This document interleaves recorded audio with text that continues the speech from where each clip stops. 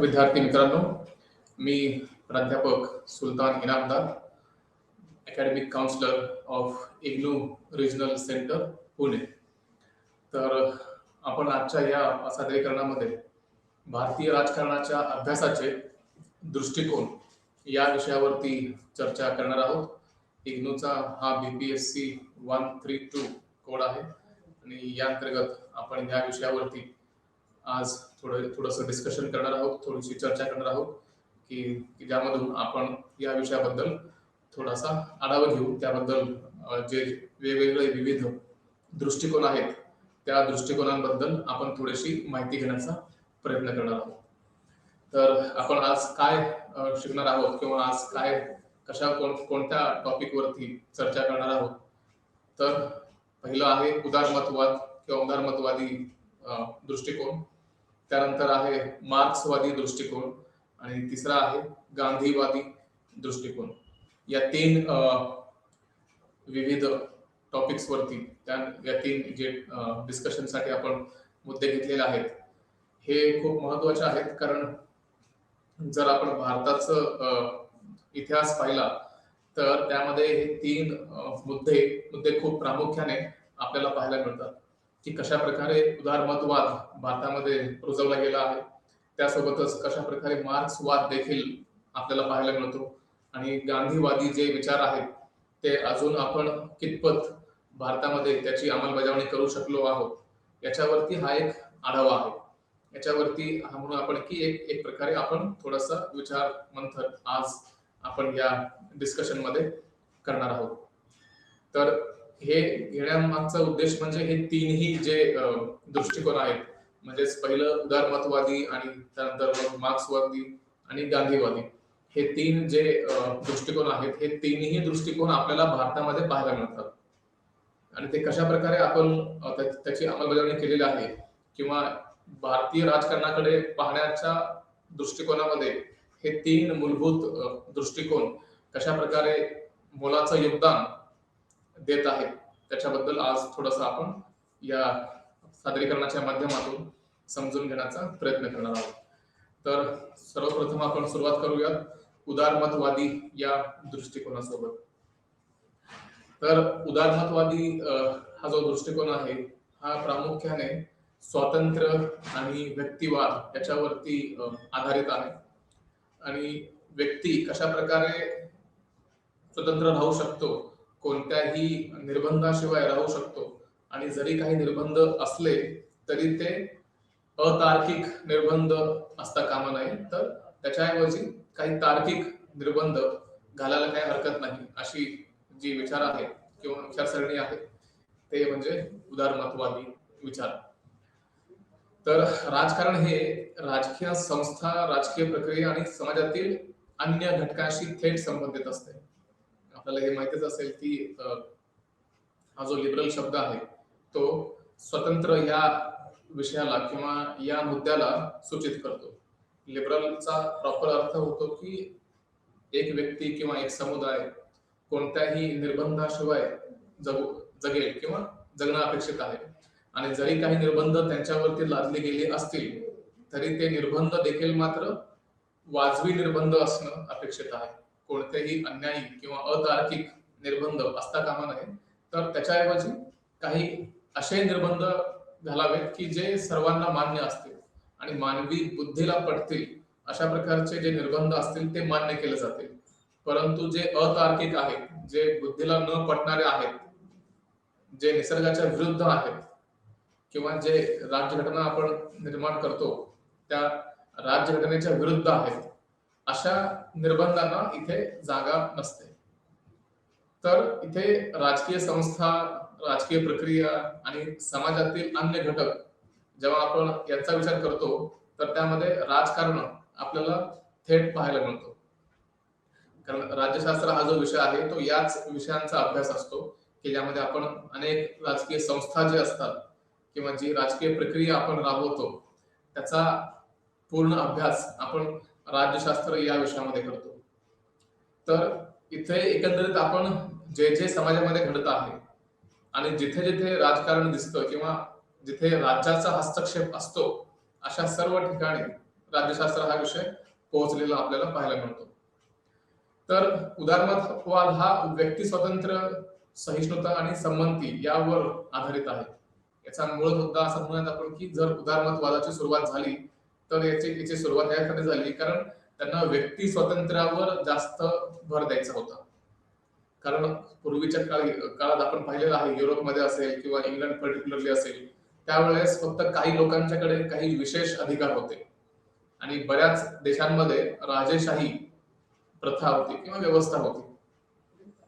तर त्यावेळेस व्हायचं असं की जे सत्तेमध्ये लोक बसले होते ते बऱ्याचदा किंवा अनेकदा त्या सत्तेचा दुरुपयोग देखील करताना पाहायला मिळालेलं आहे.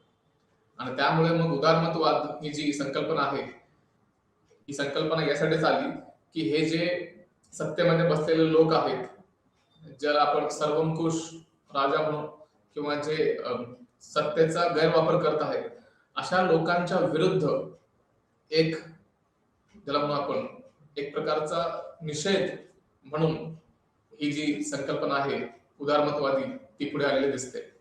आणि खऱ्या अर्थाने असं मानलं जातं की हे जे अधिकार असतात किंवा हे जे स्वातंत्र्य असतं हे कोणत्याही सरकारने दिलेलं नसतं, तर प्रत्येक मनुष्याला हे जन्मापासून मिळालेलं असतं.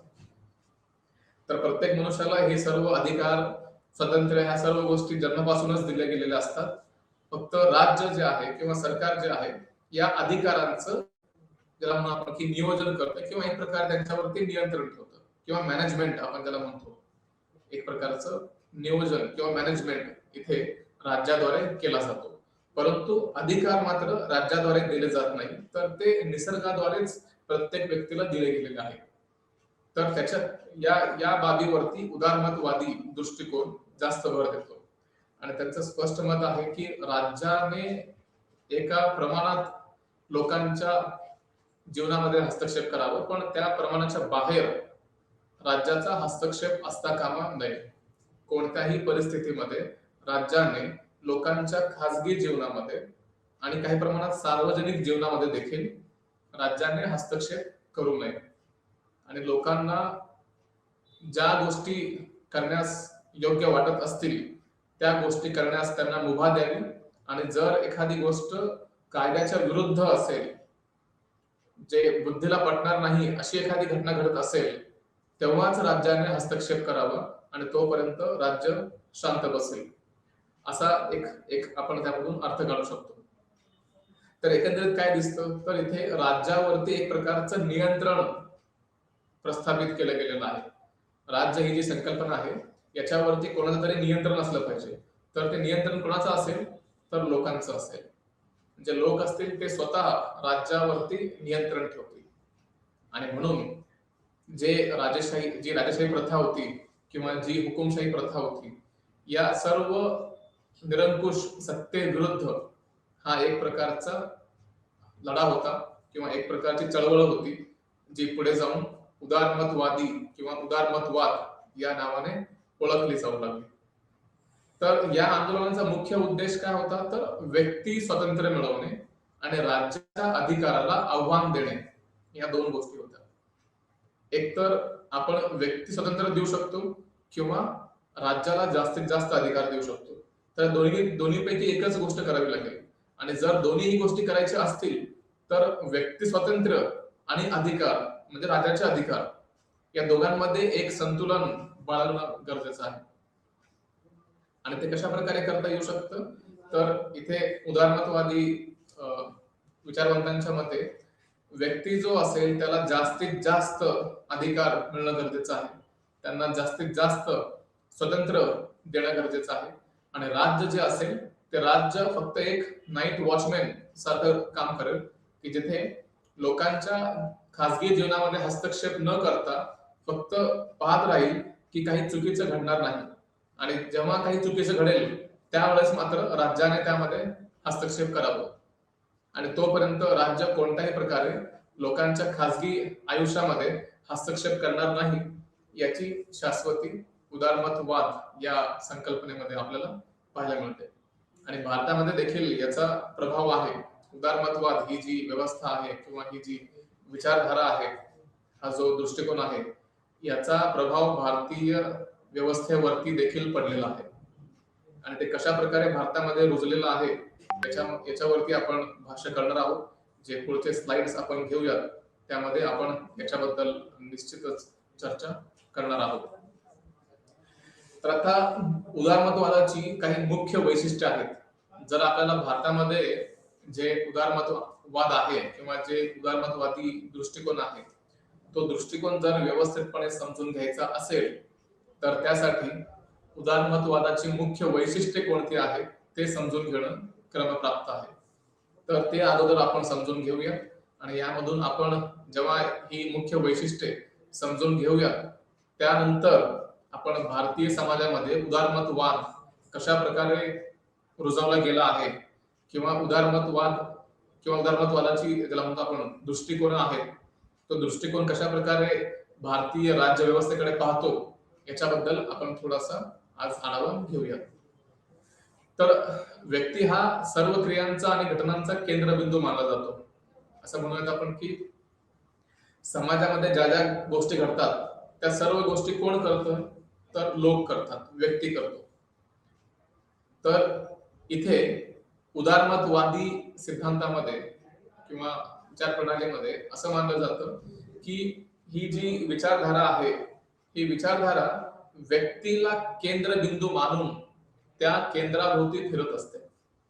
म्हणजे ज्या ज्या गोष्टी असतील किंवा जे जे भाष्य करायचं असेल त्या व्यक्तीला केंद्रामध्ये ठेवूनच भाष्य करणं आवश्यक आहे. कारण असं इथं मानलं जातं की हा व्यक्तीच आहे किंवा हे लोक आहेत की जे खऱ्या अर्थाने समाज चालवत आहेत किंवा देश चालवत आहेत आणि त्यामुळे व्यक्ती हा प्रत्येक क्रियांचा आणि घटनांचा केंद्रबिंदू आहे. तर इथे एक गोष्ट स्पष्ट झालेली आहे की उदारमतवाद ही जी संकल्पना आहे ही व्यक्ती सापेक्ष आहे. त्याला म्हणून आपण की व्यक्तीच्या आजूबाजूला फिरताना आपल्याला दिसते. तर इथे कोणत्याही प्रकारचं व्यक्तीच्या विरुद्ध एखादा कायदा असेल किंवा एखादं ज्याला म्हणून आपण कर्तव्य असेल तर ते इथे मान्य होणार नाही. तर जो व्यक्ती आहे त्या व्यक्तीला कशा प्रकारे जास्तीत जास्त अधिकार देता येतील याच्याबद्दल हा विचार आहे. ओके, तर पूर्णपणे असं म्हणूयात आपण की इथे व्यक्ती हा केंद्रबिंदू मानला गेलेला आहे आणि सर्व राजकारण जे घडतं किंवा ज्या सर्व क्रिया घडतात, घटना घडतात, या सर्व घटना या व्यक्तीच्या अवतीभोवती फिरत असतात. ठीक आहे, तर हा पहिला मुद्दा. त्यानंतर व्यक्तीच्या तर्कशुद्धतेवर विश्वास असतो.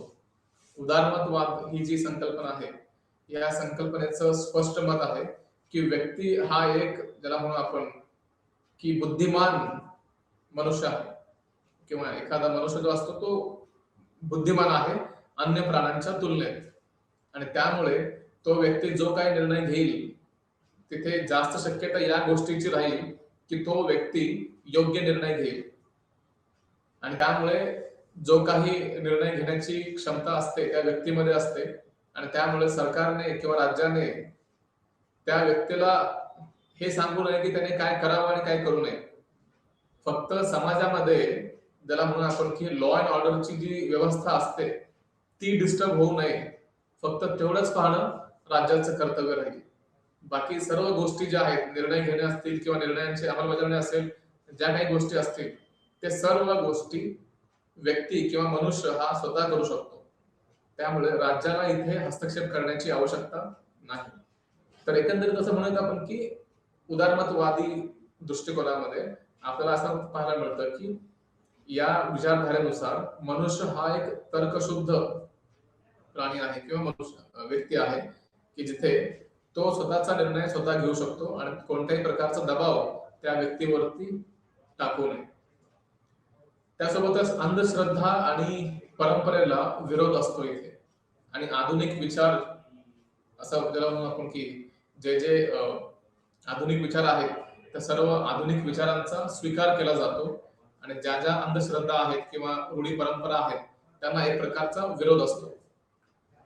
आपण जेव्हा आधुनिक विचार म्हणतो तर आधुनिक विचार कशा प्रकारे आणले जाऊ शकतात तर ज्या जुन्या किंवा म्हणू आपण की रूढी परंपरा आहेत आणि ज्या गोष्टी अंधश्रद्धेवरती अवलंबून आहेत अशा गोष्टींचं खंडन करून सायंटिफिक ज्याला म्हणू आपण की विज्ञानावर आधारित तथ्य पुढे ठेवून जो नवीन विचार समोर येईल त्या विचाराला उदारमतवाद मान्य करेल. तर इथे कोणत्याही प्रकारच्या अंधश्रद्धा किंवा रूढी परंपरेला जागा नसते. तर जे नवीन किंवा आधुनिक विचार आहेत त्याला मात्र इथे जागा असते. आणि आधुनिक विचार कशा प्रकारे आणले जाऊ शकतात? तर बदल, चेंज ज्याला म्हणतो आपण. जेव्हा समाजामध्ये चेंज येतो, जेव्हा समाजामध्ये बदल येतो, त्या बदलानंतरच आधुनिक विचार समाजामध्ये येतात. जोपर्यंत आपण समाजामध्ये बदल करत नाही तोपर्यंत आधुनिक विचार येत नाही. आणि त्यामुळे हे महत्वाचं आहे की जर आधुनिक विचारांना आत्मसात करायचं असेल किंवा त्यांना स्वीकारायचं असेल तर सध्या जी परिस्थिती आहे त्या परिस्थितीमध्ये बदल घडवून आणावा लागेल. आणि जेव्हा आपण बदल घडवून आणू त्यावेळेस मात्र नक्की आपण आधुनिक विचारांचा ज्याला म्हणू आपण की जो एक प्रकारचा विश्वास असतो किंवा त्यांचा जो पगडा असतो तो समाजामध्ये आपण रुजवू शकतो. तर त्यामुळे इथे अंधश्रद्धा आणि रूढी परंपरा यांना आपण बाजूला सारलेलं आहे आणि जे आधुनिक विचार आहेत त्या आधुनिक विचारांना आपण महत्व दिलेलं आहे. त्यासोबतच मानवी हक्क आणि स्वातंत्र्यासाठी समर्थन करतं. इथे जे ह्युमन राईट्स असतात किंवा मानवी हक्क असतात त्या मानवी हक्कांसाठी उदारमतवाद ही नेहमी पुढे असते किंवा ही जी उदारमतवादाची विचारधारा आहे ही नेहमी तत्पर असते. कारण शेवटी मानवी हक्क दिल्यामुळे त्या मनुष्यामध्ये काही त्याला म्हणून आपण सकारात्मक बदल होत असतात. त्या मानवी हक्कांचा योग्य वापर करून तो व्यक्ती स्वतःचा आणि समाजाचा विकास करू शकतो. आणि त्यामुळे मानवी हक्कांसाठी उदारमतवाद नेहमी तत्पर असतो. आणि जसं मी म्हटलं सुरुवातीलाच की जेवढं शक्य आहे तेवढं जास्त स्वातंत्र्य त्या व्यक्तीला दिलं गेलं पाहिजे. कारण जेव्हा त्यांना स्वातंत्र्य मिळतं त्यानंतरच तो व्यक्ती स्वतःमधल्या ज्याला म्हणून आपण की गुण आहेत किंवा कौशल्य आहेत त्यांचा योग्य वापर करून स्वतःसाठी आणि समाजासाठी काही योग्य निर्णय घेऊ शकतो आणि त्यामधून समाजासाठी काहीतरी चांगलं केलं जाऊ शकतं. तर इथे एकंदरीत सांगण्याचा मुद्दा असा आहे की राज्य हे एक साधन आहे आणि व्यक्ती मात्र हा साध्य आहे. बऱ्याचदा आपण पाहतो की काही देश काही जेव्हा निर्णय घेतात त्यावेळेस जे निर्णय देशामार्फत किंवा ज्याला म्हणून आपण की सरकार मार्फत घेतले जातात त्याची अंमलबजावणी झालीच पाहिजे असा एक प्रकारचा अट्टहास असतो. तर इथे उदारमतवादाचं असं म्हणणं आहे की असं करून चालत नाही. सरकारने एखादा निर्णय घेतला आणि ते लोकांच्या वरती लादलं गेलं तर ते फॉलो केलं गेलंच पाहिजे असं बंधनकारक नाहीये. त्याची अंमलबजावणी झालीच पाहिजे असं बंधनकारक नाहीये. तर जेव्हा जेव्हा एखादा अन्यायी कायदा सरकारमार्फत आणला गेला असेल अशा अन्यायी कायद्याला लोक जर पसंत करत नसतील किंवा मान्य करत नसतील तर अशा कायद्याला ज्याला म्हणू आपण की समाजामधनं बहिष्कृत करण्याची गरज आहे किंवा सरकारच्या विरुद्ध आंदोलन करण्याचे जे अधिकार आहेत ते अधिकार लोकांच्याकडे असतात. आणि म्हणून कोणत्याही परिस्थितीमध्ये सरकारने जर एखादा निर्णय घेतला असेल किंवा कायदा पारित केला असेल तर तो कायदा नेहमी लोकांच्या हितासाठी असला पाहिजे. सत्तेमध्ये जे लोक बसलेले आहेत त्यांच्यासाठी असता कामा नये तर जे लोक समाजामध्ये राहत आहेत त्या सर्व लोकांचं त्यामधून हित साधलं जाईल अशा प्रकारचे जे कायदे असतील ते मात्र सरकारने बनवावे अशी यामधून एक अपेक्षा असते. आणि म्हणून म्हटलं जातं की राज्य हे साधन आहे, साध्य नाहीये. राज्य जे आहे किंवा सरकार जे आहे हे लोकांच्या साठी बनवलं गेलेलं आहे.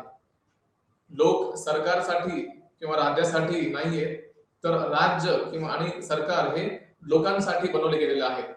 त्यामुळे इथे हा जो व्यक्ती असतो त्या व्यक्तीला महत्व देणं गरजेचं आहे. आणि हे जे सरकार असेल किंवा राज्य असेल ही जी यंत्रणा असेल ही यंत्रणा व्यक्तीच्या अधिकारांवरती कोणत्याही प्रकारची बाधा आणता कामा नये, कोणत्याही प्रकारची मर्यादा टाकता कामा नये. आणि त्यामुळे मग यांनी एक सुचवलं की जेव्हा आपण सरकार स्थापन करू किंवा कोणत्या देशामध्ये जे सरकार असतं ते सरकार मर्यादित असलं पाहिजे.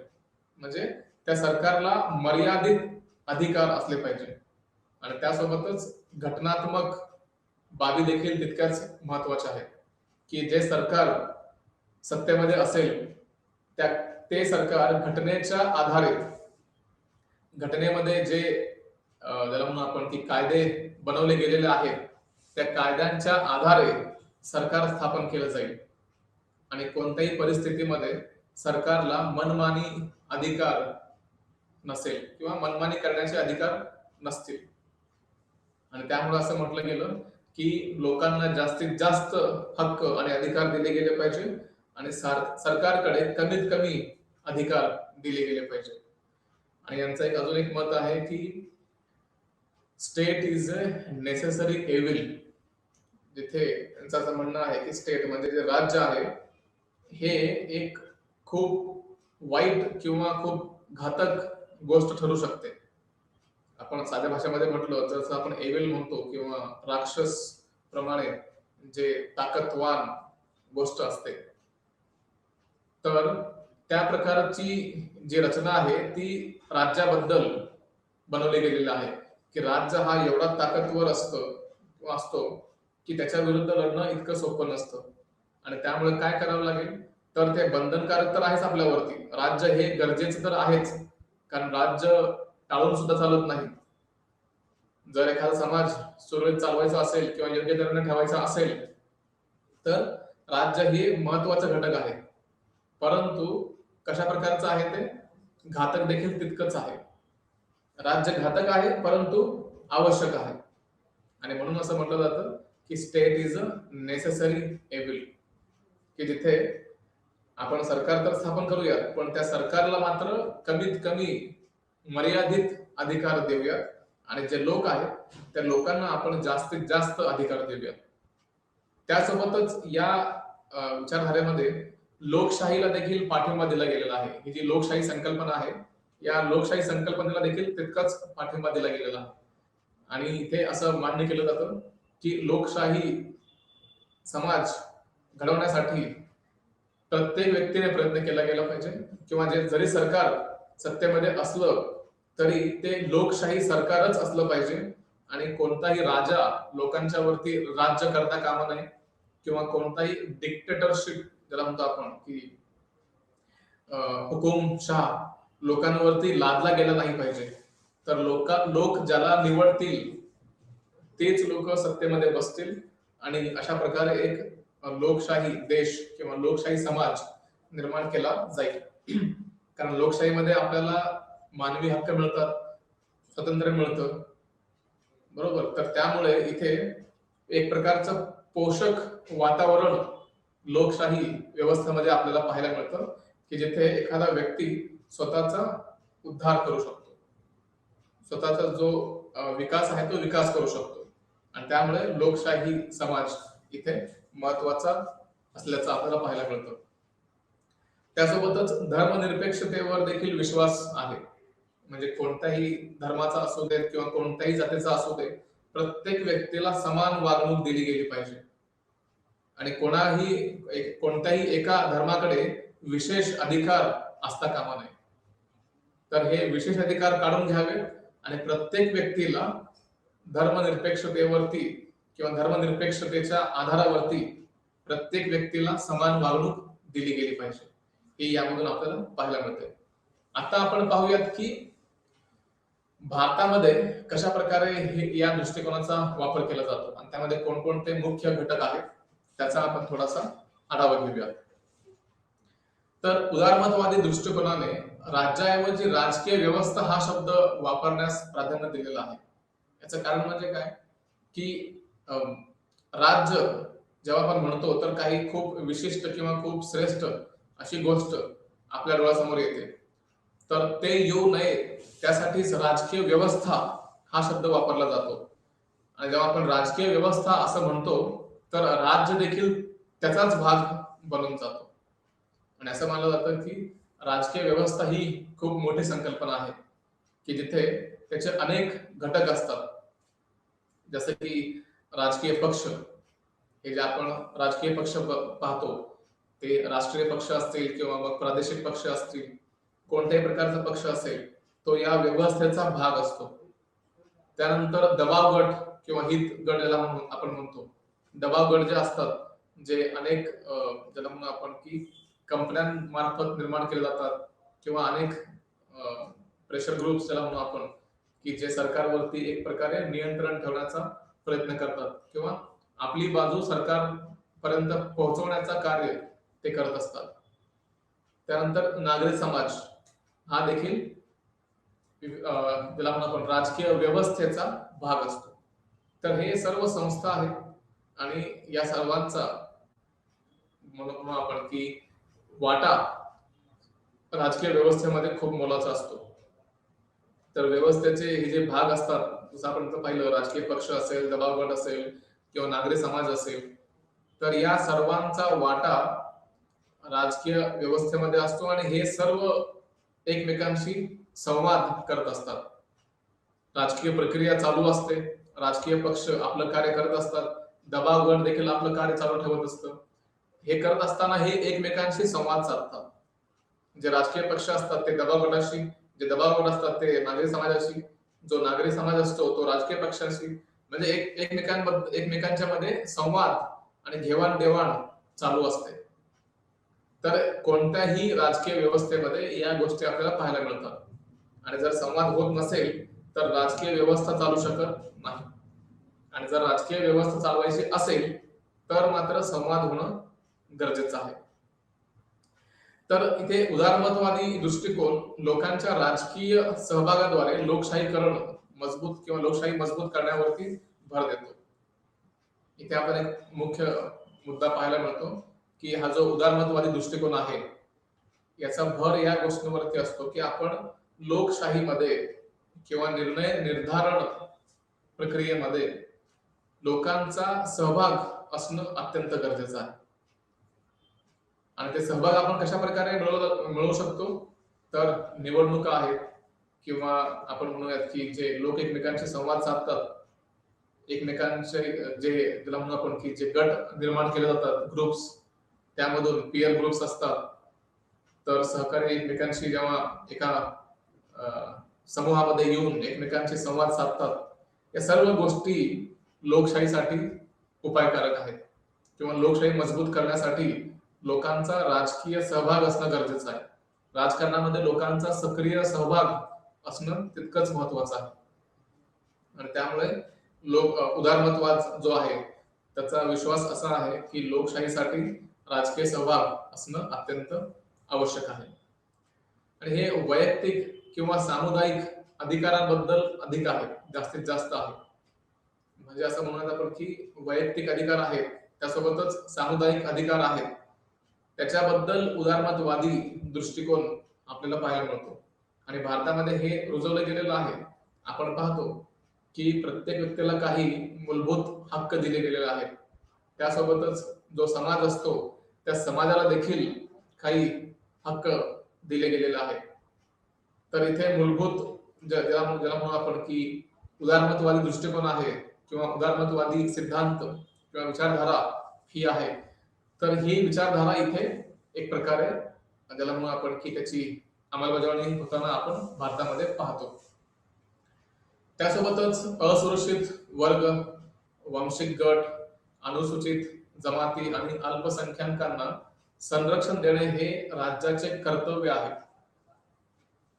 ज्याला म्हणू आपण की हे जे वर्ग असतात ज्याला आपण असुरक्षित किंवा वल्नरेबल सेक्शन असं म्हणतो, त्यासोबतच जे वांशिक घटक असतात, अनुसूचित जाती जमाती असतात, अल्पसंख्याक असतात, तर हे स्वतःला असुरक्षित मानत असतात. तर अशा वेळेस राज्याचं हे कर्तव्य असतं, सरकारचं हे कर्तव्य असतं की या सर्व घटकांना एक प्रकारचं कॉन्फिडन्स द्यावं, एक प्रकारचा आत्मविश्वास द्यावा की सरकार आपल्या पाठीशी उभे आहे. त्यामुळे कोणत्याही प्रकारच्या गोष्टींना घाबरण्याची गरज नाही आणि प्रत्येक व्यक्ती हा सुरक्षित आहे याची एक प्रकारे म्हणून आपण की मोटिवेशन देणं किंवा कॉन्फिडन्स देणं गरजेचं आहे. तर सरकारचं हे कार्य राहील की अशा वल्नरेबल सेक्शन्सला सरकार एक प्रकारची सुरक्षा प्रोव्हाइड करेल. त्यासोबतच उदारमतवादी दृष्टिकोनाला व्यवस्थावादी दृष्टिकोन असेही म्हणतात. याचा अर्थ असा की जी व्यवस्था आहे ती जास्त महत्वाची आहे, ज्याला आपण सिस्टम अप्रोच असं म्हणतो. तर इथे सिस्टम अप्रोच आणणं गरजेचं आहे किंवा व्यवस्थावादी दृष्टिकोन आणणं गरजेचं आहे.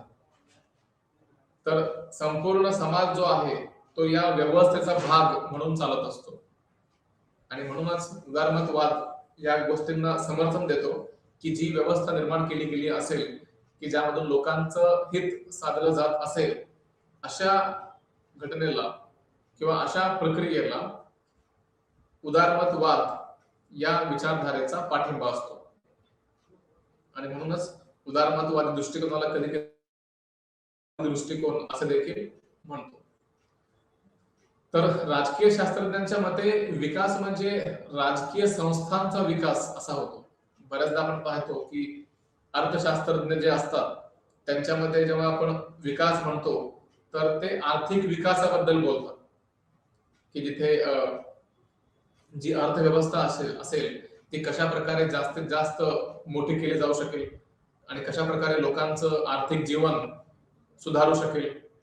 आणि जेव्हा यांचं जे आर्थिक जीवन सुधारतो किंवा सरकारचं जे जीडीपी आपण ज्याला म्हणतो, आपण संपूर्ण देशाचे जे जीडीपी असते, तर ही जीडीपी कशा प्रकारे जास्तीत जास्त आपण मोठी करू शकू याच्याबद्दल जे विचार असतात त्यांना आपण आर्थिक विकास असं म्हणतो. परंतु जेव्हा राजकीय विकासाबद्दल आपण बोलतो त्यावेळेस इथे जे राजकीय संस्था आहेत त्या संस्थांचा विकास करणं गरजेचं आहे. जसं की दबाव गट आहे, नागरी समाज आहे, राजकीय पक्ष आहे. तर हे जास्तीत जास्त कमकुवत न होता त्यांना कशा प्रकारे आपण जास्तीत जास्त मजबूत करू शकतो याच्याबद्दल विचार व्हायला पाहिजे. त्यासोबतच ह्यांना कशा प्रकारे आपण एक परिपक्व संस्था बनू शकू याच्याबद्दल देखील विचार होणं गरजेचं आहे. तर या दृष्टिकोनानुसार राजकीय व्यवस्थेमध्ये राजकीय संस्था, संरचना आणि प्रक्रियांचा समावेश होतो. तर असं एकंदरीत म्हणत आपण की जी दृष्टिकोन आहे त्यानुसार त्यामध्ये राजकीय व्यवस्था आहे आणि त्या राजकीय व्यवस्थेमध्ये काही संस्था आहेत, काही संरचना आहेत त्याला आपण स्ट्रक्चर असं म्हणतो आणि त्यासोबतच काही प्रक्रिया आहेत. तर या सर्वांचा समावेश राजकीय व्यवस्थेमध्ये होतो आणि याचाच अभ्यास आपण उदारमतवाद किंवा उदारमतवादी दृष्टिकोन या मुख्य घटकामध्ये करतो. आतापर्यंत आपण हे उदारमतवादाबद्दल चर्चा करत होतो. आता आपण पाहूयात मार्क्सवाद किंवा मार्क्सवादी दृष्टिकोन. यांचा नेमका काय उद्देश आहे किंवा कशा प्रकारे मार्क्सवादी दृष्टिकोन समाजामध्ये रुजवला जात आहे याच्याबद्दल आपण थोडीशी माहिती घेऊया. तर सर्वप्रथम आपण त्याचे मुख्य जे घटक आहेत त्याची माहिती घेऊया आणि त्यामधून आपल्याला कळेल की मार्क्सवाद म्हणजे नेमका काय आहे. तर मार्क्सवादामध्ये दोन वर्ग मानले गेलेले आहेत. एका बाजूला असेल बोर्जवा आणि दुसऱ्या बाजूला असेल प्रोलेटेरियट. बोर्जवाझी अँड प्रोलेटेरियट, ज्याला आपण भांडवलदार वर्ग आणि कामगार वर्ग असं मराठीमध्ये म्हणू शकतो. तर कार्ल मार्क्सचं म्हणणं आहे की आपण कोणताही समाज जर घेतला तर प्रत्येक समाजामध्ये दोन वर्ग आपल्याला पाहायला मिळतात. त्यातलं एक म्हणजे भांडवलदार वर्ग की जो खूप श्रीमंत आहे, त्यांच्याकडे उत्पादनाची सर्व साधनं उपलब्ध आहेत, असा वर्ग तो म्हणजे भांडवलदार वर्ग. त्यासोबतच दुसरा जो वर्ग आहे तो म्हणजे कामगार वर्ग, की तो वर्ग तर अस्तित्वात आहे परंतु त्या वर्गाकडे कोणत्याही प्रकारच्या उत्पादनाची साधनं नाहीयेत. त्यांच्याकडे एकच साधन आहे ते म्हणजे लेबर, म्हणजे कष्ट करणे. जी आपली मेहनत असू शकते, जेवढी जास्त मेहनत करता येऊ शकते ती मेहनत करणे, हा एकच घटक आहे की जो त्या वर्गाकडे आहे. तर एक वर्ग असा आहे की जो खूप समृद्ध आहे, श्रीमंत आहे, आणि दुसरा वर्ग असा आहे की जो खूप कमकुवत आहे आणि त्याच्याकडे कोणत्याही प्रकारच्या ज्याला म्हणू आपण उत्पादनाची साधनं उपलब्ध नाहीयेत. तर कार्ल मार्क्स जो आहे तो या दोन वर्गांबद्दल आपले विचार मांडताना दिसतो आणि त्याचं म्हणणं आहे की हे जे दोन वर्ग असतात हे दोन्ही वर्ग एकमेकांशी सतत संघर्ष करत असतात. हा जो भांडवलदार वर्ग असतो तो जास्तीत जास्त शोषण करून, म्हणजेच कामगार वर्गाचं शोषण करून स्वतःला जास्तीत जास्त कशा प्रकारे समृद्ध करू शकतो याच्याबद्दल विचार करत असतो. आणि जो कामगार वर्ग असतो तो कामगार वर्ग देखील नेहमी हा प्रयत्न करत असतो की कशा प्रकारे कामगार वर्गाची जी स्थिती आहे ती सुधारता येऊ शकेल. तर हे एकंदरीत जरा म्हणू आपण की दोन वर्गांमधलं एक संघर्ष आहे की जे कार्ल मार्क्सने आपल्याला सांगण्याचा प्रयत्न केलेला आहे. त्यासोबतच आहे भांडवलशाही. ही जी भांडवलशाही आहे इथे कार्ल मार्क्स किंवा मार्क्सवादी जी विचारधारा आहे, विचार प्रणाली आहे, तर याच्यामध्ये भांडवलशाही व्यवस्थेला नकार देण्यात आलेला आहे. म्हणजेच असं आपण म्हणूयात की जे भांडवलशाही व्यवस्था आहे त्या भांडवलशाहीला इथे संपूर्णपणे नकारलं जातं आणि त्याऐवजी कामगार वर्गाची हुकुमशाही आणता यावी यासाठी प्रयत्न केला जातो की जेणेकरून भांडवलदार वर्ग जो आहे तो पूर्णपणे नष्ट होईल आणि नष्ट झाल्यानंतर जो कामगार वर्ग असेल त्या कामगार वर्गाची मक्तेदारी सत्तेवरती असेल आणि खऱ्या अर्थाने हा जो कामगार वर्ग असेल तो समाजामध्ये आपलं सरकार स्थापन करेल, राज्यामध्ये सत्तेत येईल आणि त्यानंतर ते लोक देश चालवतील. म्हणजे एक प्रकारे इथे भांडवलशाही वर्ग संपूर्णपणे नष्ट करायचं आणि त्याऐवजी कामगार वर्गाची हुकुमशाही आणायची. आणि जेव्हा भांडवलशाही बद्दल कार्ल मार्क्सचे मत आपण पाहतो त्याचं म्हणणं असं आहे की the capitalism contain seeds of its own destruction. म्हणजेच इथे असं म्हणायचं आहे की ही जी भांडवलशाही व्यवस्था आहे या भांडवलशाही व्यवस्थेमध्ये इतक्या जास्त प्रमाणात शोषण केलं जातं कामगारांचं की एक दिवस असा येईल की हे कामगार वर्ग या भांडवलदार वर्गाच्या विरुद्ध क्रांती करेल आणि त्यामधून पूर्णपणे हा जो कॅपिटलिझम किंवा भांडवलदार वर्गाचा जो समाज आहे किंवा जी व्यवस्था आहे ती व्यवस्था पूर्णपणे मोडकळीस येईल आणि त्यावेळेस भांडवलशाहीचा अंत होईल आणि जो कामगार वर्ग आहे तो कामगार वर्ग पुढे येईल आणि त्या वर्गाची हुकुमशाही वर्चस्व किंवा आपण की हुकुमशाहीचा वर्चस्व प्रस्थापित केलं जाईल.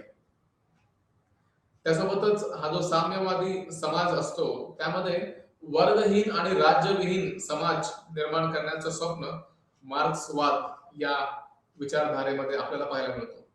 त्यांचं असं म्हणणं आहे की समाजामध्ये वर्गहीन व्यवस्था आपण निर्माण केली पाहिजे, त्यासोबतच राज्यहीन समाज देखील आपण निर्माण केलं पाहिजे की जिथे कोणत्याही प्रकारचा वर्ग नसेल, कोणी श्रीमंत किंवा कोणी गरीब नसेल, सर्व लोक एका पातळीवरती येतील. कोणीही श्रीमंत नाही आणि कोणीही गरीब नाही, सर्वांच्याकडे समान अधिकार असतील, सर्वांच्याकडे समान उत्पादनाची साधनं असतील आणि ही जी उत्पादनाची साधनं असतील हे संपूर्ण समाजाच्या मालकीचे असतील, कोणत्याही एका व्यक्तीच्या मालकीची नसते. त्यासोबतच राज्यविहीन समाज देखील आणणं अपेक्षित आहे की जिथे कोणत्याही प्रकारचं राज्य निर्माण केलं जाणार नाही, तर हे जे कामगार वर्ग आहे हे कामगार वर्ग स्वतः त्या राज्याला चालवेल आणि त्यामुळे कोणत्याही प्रकारच्या राज्याची किंवा सरकारची आवश्यकता इथे पडणार नाही, असं विचार मार्क्सवादामध्ये मांडलं गेलेला आहे. त्यासोबतच अधिशेष मूल्यांचा सिद्धांत देखील मांडला गेलेला आहे.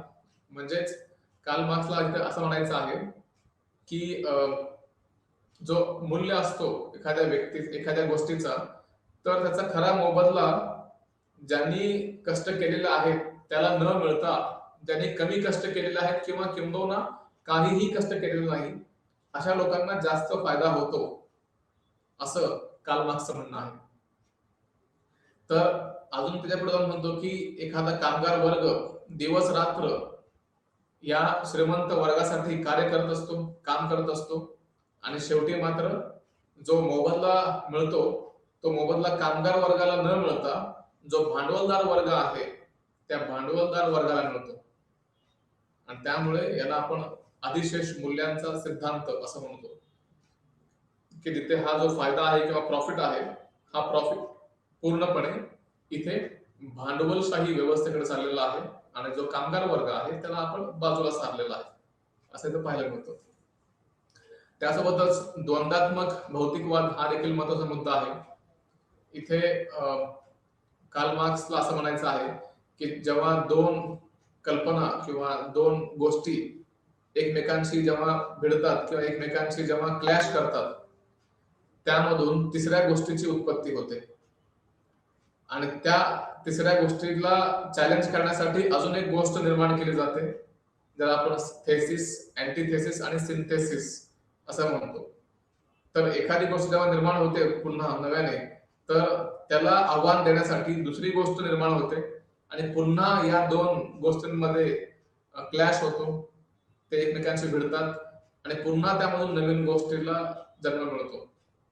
तर अशा प्रकारे ही जी व्यवस्था आहे ती सतत चालू असते आणि कार्ल मार्क्स असं म्हणणं आहे की ही जी व्यवस्था आहे ही चालू राहील, ही तोपर्यंत चालू राहील की जोपर्यंत समाजामध्ये साम्यवाद निर्माण होत नाही आणि जेव्हा साम्यवाद निर्माण होईल, प्रस्थापित होईल, त्यावेळेस मात्र ही शेवटची स्थिती असेल आणि त्यानंतर पुढे कोणताही द्वंद्व नसेल.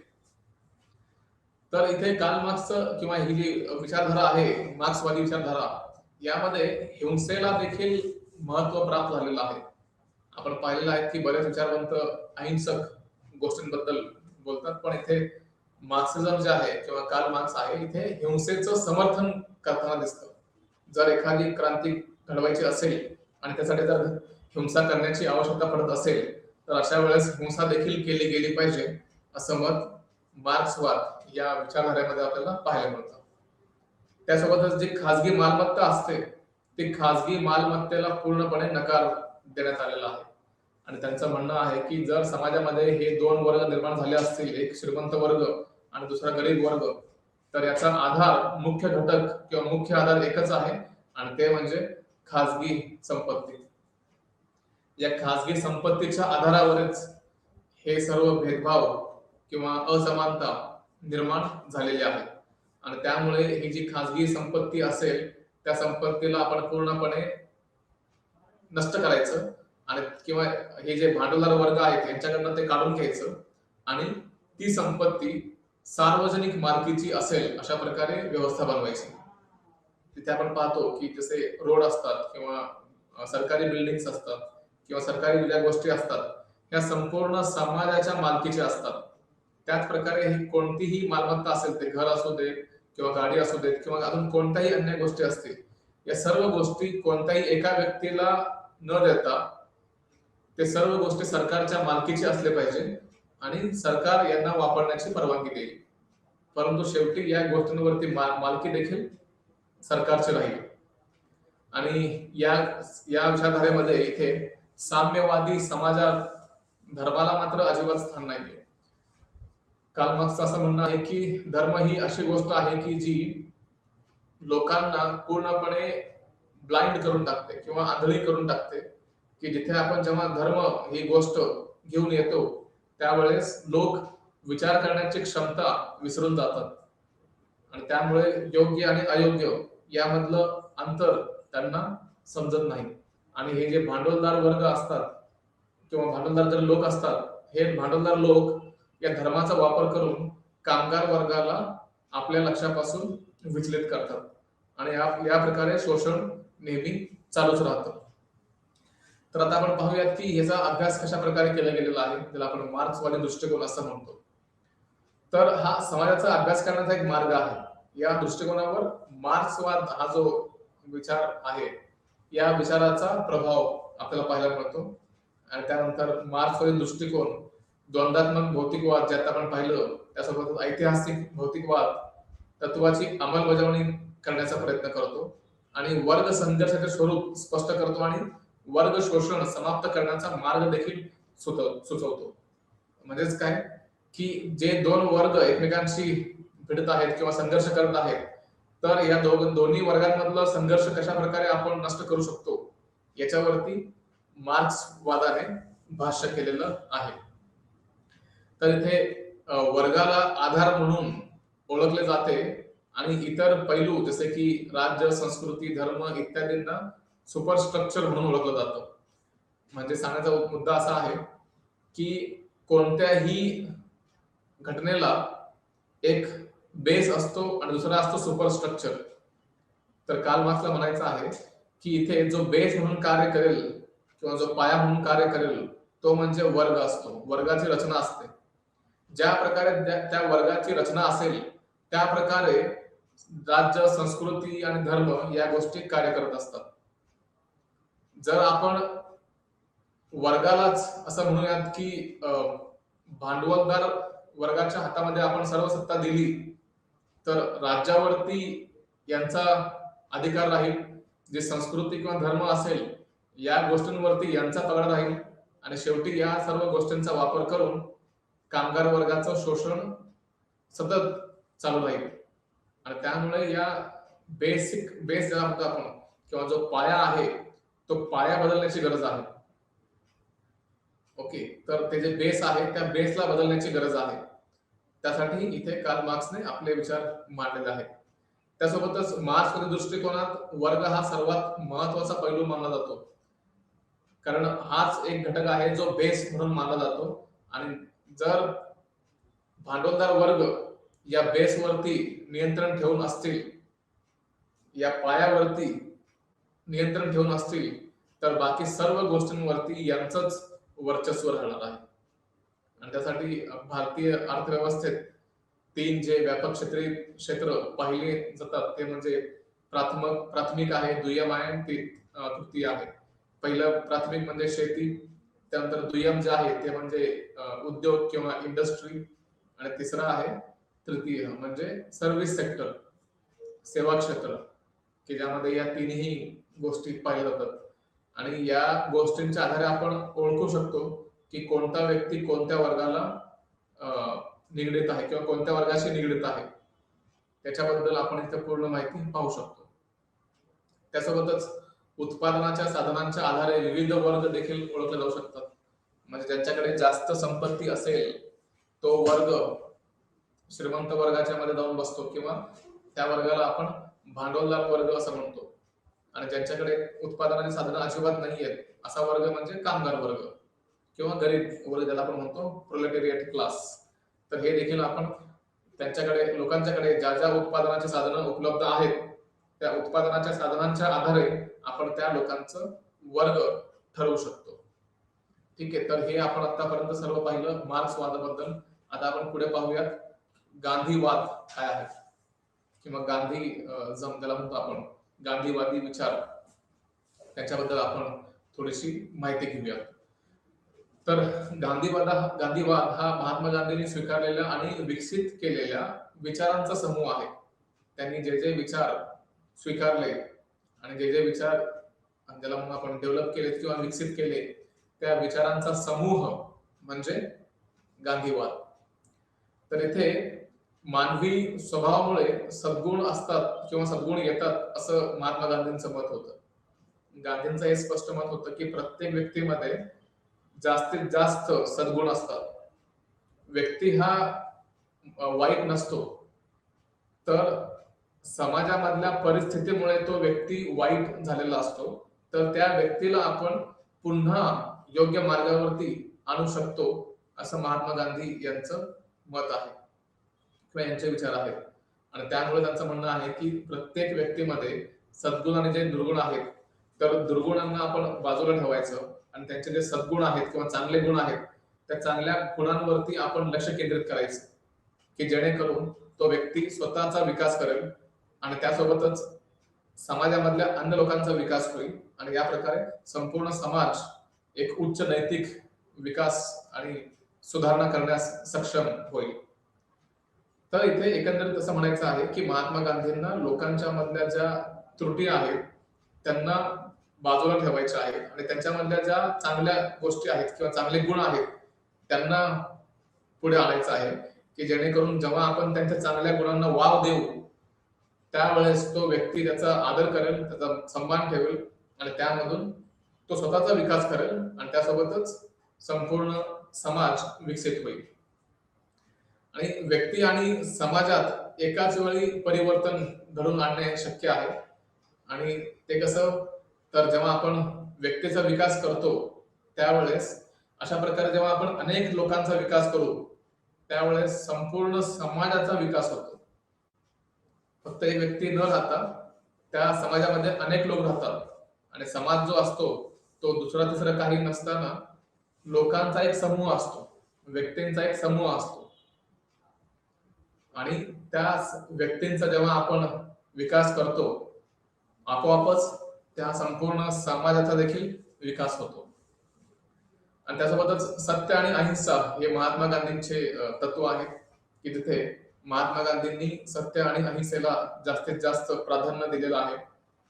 जिथे आपण म्हणूयात की हे हे जे दोन गोष्टी आहेत सत्य आणि अहिंसा यांना महात्मा गांधींची दोन फुफ्फुस असं देखील म्हटलं जातं. याचं कारण म्हणजे त्यांनी आयुष्यभर त्यांचं जे जीवन जगले त्यामध्ये त्यांनी सत्य आणि अहिंसेला जास्त प्राधान्य दिलेलं आहे. आणि अहिंसा गांधींच्या मते असं आहे की अहिंसा ही कोणत्याही दुर्बल व्यक्तीचं प्रतिनिधित्व नाहीये किंवा वैशिष्ट्य नाहीये.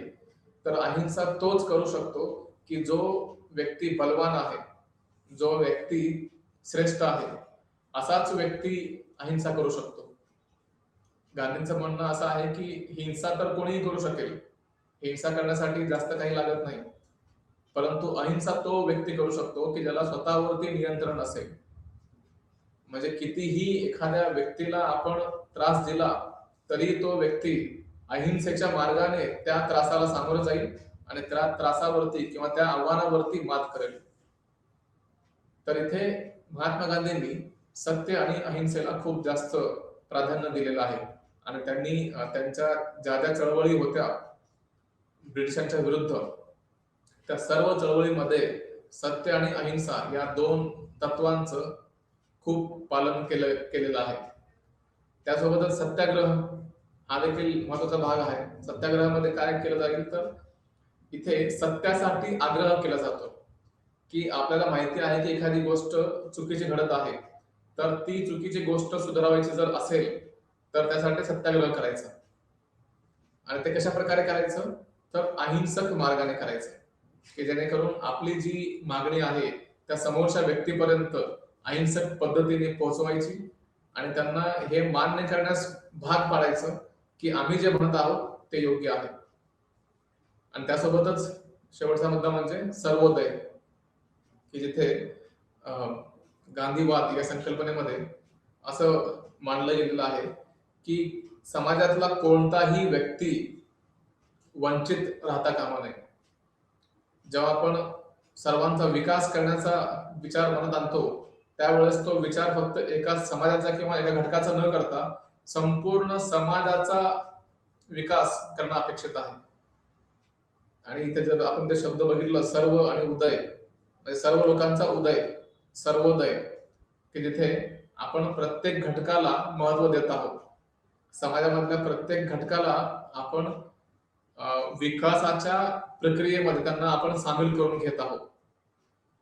तर महात्मा गांधींचं हे स्पष्ट मत आहे की विकास हा कोणत्याही एका घटकाला मर्यादित न राहता तो संपूर्ण समाजाचा विकास करणं अपेक्षित आहे. त्यासोबत आता पाहूयात आपण की गांधीवादी दृष्टिकोन कोणकोणते राहिलेले आहेत किंवा आपण कशा प्रकारे गांधीवादी दृष्टिकोन भारतामध्ये पाहतो. तर गांधीवादी दृष्टिकोन सामाजिक वास्तवाचे स्पष्टीकरण देण्यासाठी आणि नवीन समाज निर्माण करण्याचे मार्ग सुचवण्यासाठी गांधीवादी दृष्टिकोन किंवा गांधीवादी सिद्धांत दर्शवितो. त्यांचं मत असं आहे की समाजामध्ये ज्या ज्या चुकीच्या गोष्टी आहेत त्या सर्व गोष्टींना सुधारणं गरजेचं आहे आणि जर ते सुधारायचे असतील तर अहिंसक मार्गाने गांधींनी जे जे विचार मांडलेले आहेत त्या सर्व विचारांची अंमलबजावणी अहिंसक मार्गाने केली गेली पाहिजे. त्यासोबतच हे सिद्धांत म्हणजे सत्य अहिंसा सत्याग्रह स्वराज सर्वोदय म्हणजे अशा प्रकारचे जे तत्व आहेत या सर्व तत्वांची अंमलबजावणी करणे हे महत्वाचं ठरतं. गांधींनी ह्या तत्वांच्या आधारे कशा प्रकारे आपण एक आदर्श राज्य निर्माण करू शकतो ज्याला गांधींनी राम राज्य असं नाव दिलं होतं की जिथे कोणत्याही व्यक्तीवरती कोणत्याही प्रकारचा अन्याय होणार नाही, प्रत्येक व्यक्ती मुक्त असेल, राज्याचं किंवा सरकारचं त्या लोकांवरती नियंत्रण नसेल आणि लोक देखील स्वतःहून, ज्याला म्हणतो आपण की कोणत्याही प्रकारच्या चुकीच्या घटना करणार नाहीत किंवा चुकीच्या गोष्टी करणार नाहीत आणि एक आदर्श राज्य निर्माण केलं जाईल.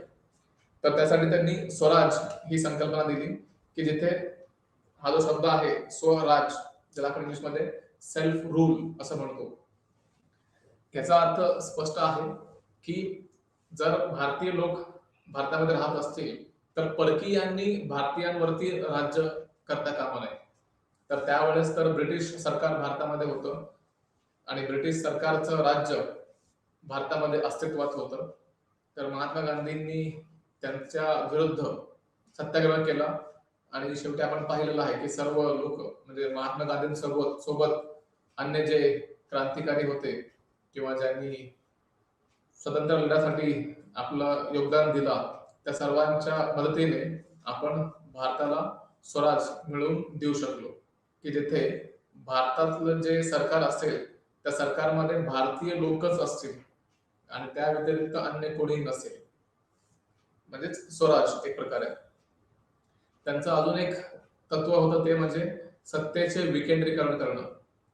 सत्तेचे विकेंद्रीकरण म्हणजेच काय की सत्ता कोणत्याही एका व्यक्तीकडे किंवा एका घटकाकडे केंद्रित न होता त्याचं विकेंद्रीकरण केलं गेलं पाहिजे आणि जास्तीत जास्त सत्ता जी असेल ती छोट्या युनिट पर्यंत मिळाली पाहिजे. म्हणजे जे गाव पातळीवरती सरकार निर्माण केलं जाईल त्या सरकारकडे जास्तीत जास्त अधिकार असले पाहिजे.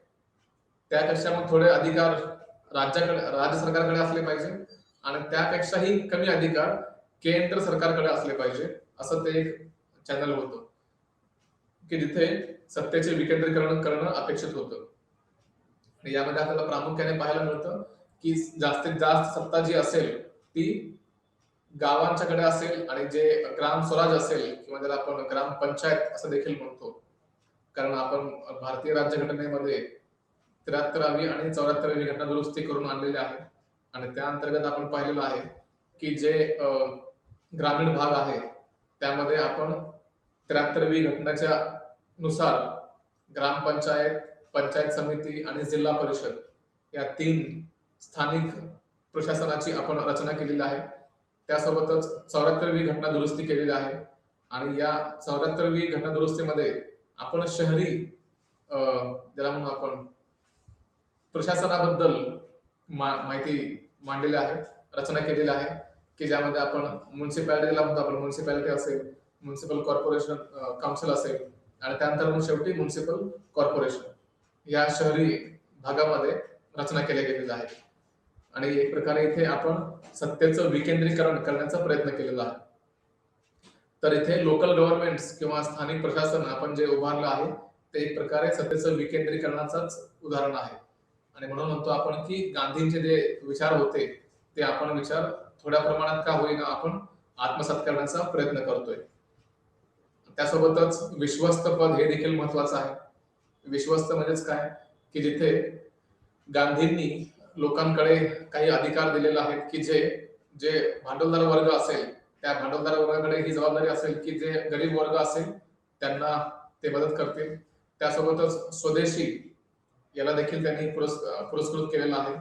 आणि त्या शेवटचा मुद्दा म्हणजे लोकशाही, खरी लोकशाही करण्यासाठी प्रयत्न करण्याचं आव्हान गांधीवाद किंवा गांधीवादी दृष्टिकोनामध्ये मांडले गेलेले आहे की जेणेकरून खरी लोकशाही भारतामध्ये प्रस्थापित केली जाऊ शकेल.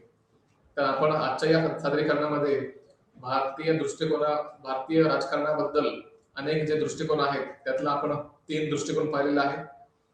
तर एक म्हणजे लिबरल किंवा ज्याला म्हणतो आपण उदारमतवाद, त्यानंतर मार्क्सवाद आणि शेवटचं म्हणजे गांधीवाद. या तिन्ही विचाराबद्दल किंवा विचारधारेबद्दल आपण माहिती घेतलेली आहे आणि मी आशा करतो की आपण आज जे काही सादरीकरणामध्ये पाहिलेलं आहे याचा आपल्याला योग्य ज्याला म्हणून आपण की ज्ञान मिळालं असेल. आणि आजच्या या सादरीकरणामध्ये मी इथेच थांबतो. धन्यवाद.